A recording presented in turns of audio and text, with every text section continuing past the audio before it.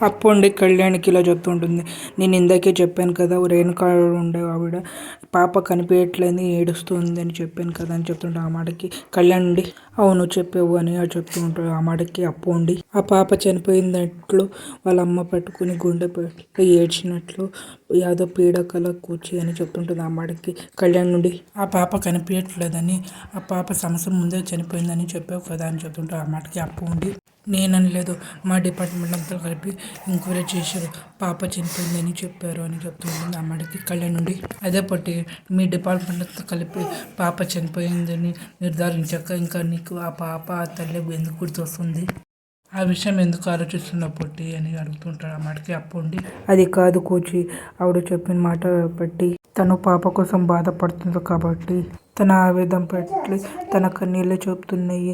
అందుకే పాప ఇంకా బతికే ఉందని అనిపిస్తుంది అని చెప్పుకుంటుంది. ఆ మాటకి కళ్యాణ్ నుండి ఎలా పొట్టి పోలీసులంతా శ్రమపడి ఒక నిర్ణయంకి వచ్చాక ఇలా ఎలా అంటావు పొట్టి అని అడుగుతుంటాం. ఆ మాటకి అప్పు ఉండి పోలీసులు శ్రమ పడి ఉండొచ్చు, తన సర్వశక్తిలా ప్రయత్నించవచ్చు, ఎక్కడో ఏంటో ఒక మిస్టేక్ చేసి ఉండొచ్చు కదా, ఒక ఏదో చిన్న విషయంని వదిలేయచ్చు కదా, అందుకే ఏదో మూల ఆ పాప బతికే ఉందని అనిపిస్తుంది కోచి అని చెప్తూ ఉంటుంది. ఆ మాటకి కళ్యాణ్ నుండి పొట్టి నువ్వు ఎక్కువగా ఆలోచిస్తున్నావు అనిపిస్తుంది అని చెప్తుంటావు. ఆ మాటకి అప్పు ఉండి లేదు కోచి, సరైనగా ఇంక్విజిషన్ జరగకపోక ప్రాణాలతో ఉన్న పాపని చనిపోయిందని చెప్తే తర్వాత ఆ పాపకి ఏదైనా జరిగితే ఆ తల్లి బాధ మాటల్లోనే చెప్పలేము.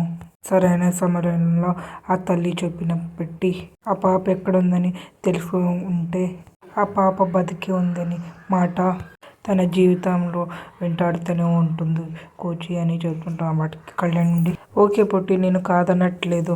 ఏ తల్లికైనా ఆ బాధ ఉంటుందని తెలుసు. ఇప్పుడు నువ్వు ఏం చేయాలనుకున్నావు అని అడుగుతుంటాడు. ఆ మాటకి అప్పు ఉండి నేను ఆ కేసుని రీఓపెన్ చేద్దాం అనుకున్నాను అని చెప్తుంటుంది. ఆ మాటకి కళ్యాణ్ నుండి ఒక్కసారి షాక్ అయిపోతాడు. అక్కడున్న అప్పు ఉండి నేనే స్వయంగా ఇన్వెస్టిగేషన్ చేద్దాం అనుకున్నాను. ఎంత కష్టమైనా ఆ పాప బతుకుందా లేకపోతే అందరు చెప్పినట్టు చనిపోయిందని తెలుసుకుందాం అనుకున్నాను. కళ్యాణ్ నుండి పొట్టి నువ్వేమంటున్నావు? నీ సిచ్యువేషన్ ఏంటో తెలుసా? నువ్వు ప్రెగ్నెంట్ పొట్టి. ఈ విషయం అమ్మకు తెలిసినా ఇంట్లో వాళ్ళకి కానీ ఎవరికైనా తెలిసినా ఎవరు ఊరుకోరు, చాలా ప్రాబ్లం అవుతుందని చెప్తుంటాం. ఆ మాటకి అప్పు ఉండి అవును కోచి, నేను ప్రెగ్నెంట్ కాబట్టి లీవ్లో ఉన్నాను. నేను డెలివరీ అయ్యేంత వరకు డ్యూటీ అంటే ఇంట్లో వాళ్ళు అత్తయ్య మావయ్య కూడా ఎవరు ఒప్పుకోరు. కానీ నేను ఆ కేసుని టేకప్ చేయకపోతే ఇప్పటి వరకు ఆ పాప బతికే ఉంటే తల్లికి దూరమై ఆ పాపకి నిజంగానే ఏదైనా అయితే లైఫ్ లాంగ్ నేను రీక్రియేట్ అవ్వాల్సిందే కూర్చి. జీవితాంతం నన్ను నేను క్షమించుకోలేను, ఆ భారాన్ని నేను మోయలేను కోచి అని చెప్తాను. ఆ మాటకి కళ్యాణ్ నుండి నీ పేరుని నేను అర్థం చేసుకోగలను. ఈ పరిస్థితిలో నువ్వు అమ్మ నాన్న కప్పి డ్యూటీ చేసావనుకో, నువ్వు డ్యూటీ చేయడం కేసుని టైప్ చేయడం జగదు పోటీ అని చెప్తుంటావు. ఆ వాడికి అప్పుండి లేదు ఏదో ఒకటి చెయ్యాలి, ఎట్టి పరిస్థితుల్లో ఈ కేసుని నేను ఛేదించాలి, రిజల్ట్ ఏదైనా కానీ ఆ తల్లికి ఆ పాప లేదు అని నమ్మకాలను కల్పించాలి. లేదంటే ఆ తల్లి అదృష్టం బాగుండి ఆ పాప బతికే ఉంటే ఆ పాపని ఆ తల్లికి అప్పగించిన అతృప్తైనా మిగులుతుంది. కానీ ప్రయత్నం జరగాలి, ఏదో ఒకటి చెయ్యాలి. కళ్యాణ్ నుండి నువ్వు చెప్పేది నిజమే పొట్టి, ఇప్పుడు అమ్మని ఎలా ఒప్పిస్తావు అని అడుగుతుంటా. ఆ మాటకి అప్పు ఉండి ఒప్పించాలి, లేకుంటే లేకపోతే ఇంకో మార్గం వెతుక్కోవాలి, కానీ నేను ముందుకే నడవాలి అని చెప్తుంది. ఆ మాటకి కళ్యాణ్ నుండి సరే పొట్టి ప్రయత్నిద్దాం, నువ్వు కంగారు పడుకో, ఇప్పుడు నువ్వు పనుకో, సరే పనుకో అని చెప్తున్నావు.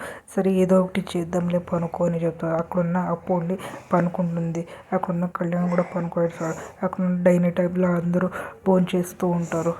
ఆ పన్న భర్త ఉండి రాహుల్కి నువ్వు స్వరాజ్ కంపెనీకి రావాల్సిన అవసరం లేదు, నువ్వు కొత్త కంపెనీ చూసుకో అని చెప్తుంటావు. ఆ మాటకి రాహుల్ ఉండి ఈరోజే వెళ్తాను మావయ్య అని చెప్తాడు. అక్కడున్న ఆ పన్న భర్త ఉండి రాజుకి ఇకనైనా మా కంపెనీ బాధ్యత అంతే, నువ్వు చూసుకుంటే మంచిది అని చెప్తుంటావు. అక్కడున్న రాజు ఉండి ఇక్కడ నుంచి నాతో పాటు కళావతి కూడా నాతో పాటు వస్తుంది అని చెప్తుంటాడు. ఆ మాటకి అప్పనుండి ఒక్కసారి షాక్ అయిపోతుంది. అక్కడున్న ఇందిరాదేవి కూడా షాక్ అయిపోతుంది. అక్కడున్న కళావతి ఉండి వాళ్ళ భర్త విప్పాలని చూస్తుంటుంది. అక్కడున్న కళ్యాణ్ నుండి నేను కూడా నా రైటింగ్ నేను మొదలు పెడతాను, అప్పు కూడా తన డ్యూటీ తను చేస్తుంది అని చెప్తుంటారు. ఆ మాటకి ధాన్యలక్ష్మి ఉండి అప్పు డెలివరీ అయ్యేంత వరకు ఇంట్లోనే ఉండాలని చెప్పాను కదా అని చెప్తూ ఉంటుంది. ఆ మాటకి కళ్యాణ్ అప్పు ఉండి షాక్ అయిపోయాడు. అక్కడున్న రాజుండి అప్పు ఉండే కండిషన్లో పిన్నిని ఒప్పించడం చాలా కష్టం, మీ వెనకాల మేము కూడా ఉన్నాము, పిన్నికి చెప్పాలి అవసరం లేదు. కళవతుండే వాళ్ళ భర్త విప్పాలని చూస్తుంటుంది. అక్కడ నా అప్పుడు నీ బ్యాగ్లో నా యూనిఫామ్ ఉంది, అత్తయ్యని చూసడం మన పని అవుట్ అని చెప్తుంది. అక్కడున్న ధనలక్ష్మి ఉండి కళ్యాణ్కి ఏ ఆగరా అని చెప్తుంది. అక్కడున్న బ్యాగ్ని చూస్తూ ఉంటాడు కళ్యాణ్. నీ భుజానికి ఆ బ్యాగ్ ఎందుకురా అని అడుగుతుంది. అక్కడున్న కళ్యాణ్ అప్పుండి ఆ బ్యాగ్ని చూసి ఒకరికొకరు చూసుకుంటుంటారు. మీకు ఇష్టమైతే లైక్ చేయండి, సబ్స్క్రైబ్ చేయండి, కామెంట్ చేయండి, షేర్ చేయండి.